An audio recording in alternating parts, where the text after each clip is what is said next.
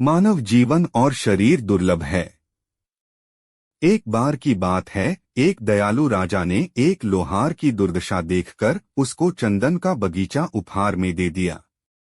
लेकिन उस लोहार को चंदन के पेड़ों की कीमत का कोई ज्ञान नहीं था, लेकिन वो ये जानता था कि लकड़ी की तुलना में उसके कोयले थोड़े महंगे बिकते हैं, इसलिए उसने पेड़ों को काटा और उन्हें कोयले के रूप बदल के बेच दिया।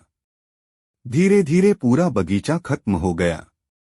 कुछ दिनों बाद राजा उस लोहार के घर के पास से ही गुजर रहा था। राजा ने सोचा कि लोहार अब बहुत अमीर हो गया होगा, उसे मिलकर उसका हालचाल पूछता चालू। लेकिन वास्तव में देखने पर मालूम हुआ कि लोहार की हालत पहले जैसी ही है। राजा को आश्चर्य हुआ।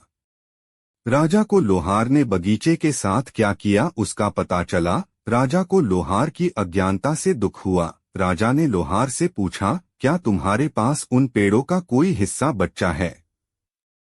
तब लोहार ने कुल्हाड़ी का हटाया राजा को दिखाया। राजा ने उस चंदन की लकड़ी को लेकर लोहार को एक चंदन के व्यापारी के पास भेजा। लोहार को उस एक छोटे से टुकड़े के लिए बहुत सारा पैसा मिला।